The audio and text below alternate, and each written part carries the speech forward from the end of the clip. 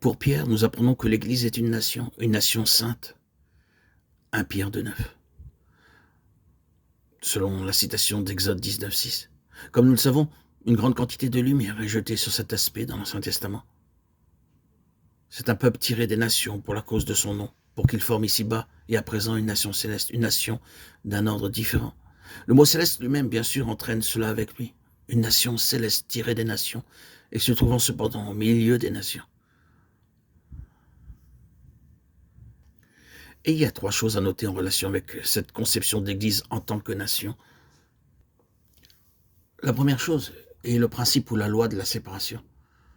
Cela est clairement illustré avec force dans le cas d'Israël en tant que type terrestre de cette Église, séparée des nations. Israël a perdu son intégration même, sa vocation, sa puissance, sa gloire, tout quand il perdit cet état qui le distinguait des autres nations, quand il permit qu'un pont soit dressé entre lui et elle, et qu'il se mit à adorer leur Dieu. Ce fut à cause de la perte de cet état qui le distinguait en tant que nation qu'Israël alla en captivité. L'Ancien Testament est une leçon d'objet très puissante des principes spirituels. Si cela est vrai dans le domaine temporel et terrestre, combien plus cela doit être vrai dans le domaine spirituel et céleste et éternel. C'est une chose qui a expliqué peut-être plus que tout autre la perte de la gloire, de la puissance, de l'influence et de la présence de Dieu dans le monde. Un état distinctif perdu, une séparation perdue. De plus, la nation était un peuple constitué aussi bien que séparé. Il était certainement séparé. Il n'y avait aucun doute au sujet de sa séparation de l'Égypte. Pharaon tenta de parlementer sur ce point-là. Il suggéra qu'il laisse un petit quelque chose derrière, une petite attache.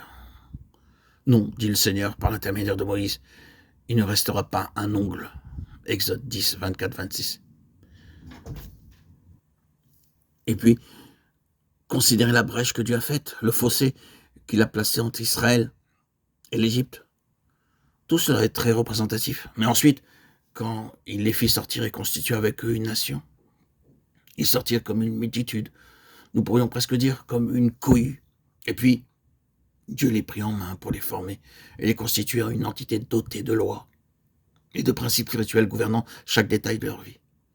Ils furent ramenés juste sous le contrôle direct du ciel, là où rien de ce monde ne pouvait répondre à leurs besoins.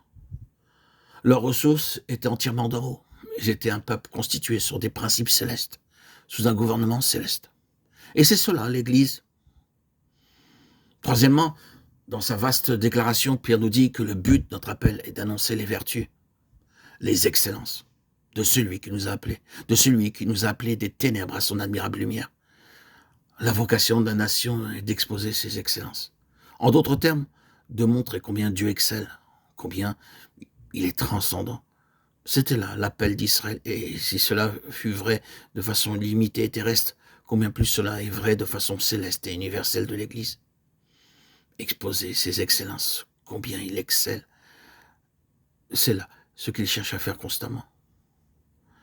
Comme nous l'avons souvent dit, il permet à l'ennemi de parcourir une longue distance, de disposer d'une longue et d'une laisse qui lui offre beaucoup de ressources. Et puis, il montre simplement combien il peut aller bien au-delà. Il permet à l'ennemi d'agir beaucoup. Et puis, il montre comment il peut se saisir de tout cela pour le tourner à sa propre gloire.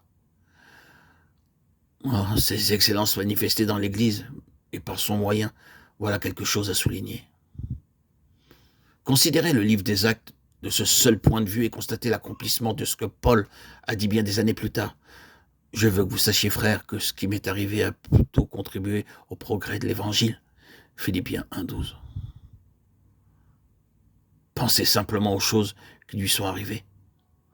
Tout cela contribuant au progrès de l'Évangile. Voilà une voie par laquelle ces excellences sont exposées. Si des anges considèrent cela, je suis sûr qu'ils couvrent leur face et leurs pieds dans l'adoration, tandis qu'ils constatent la grâce de Dieu, dans plus d'un serviteur et enfant de Dieu dans la souffrance.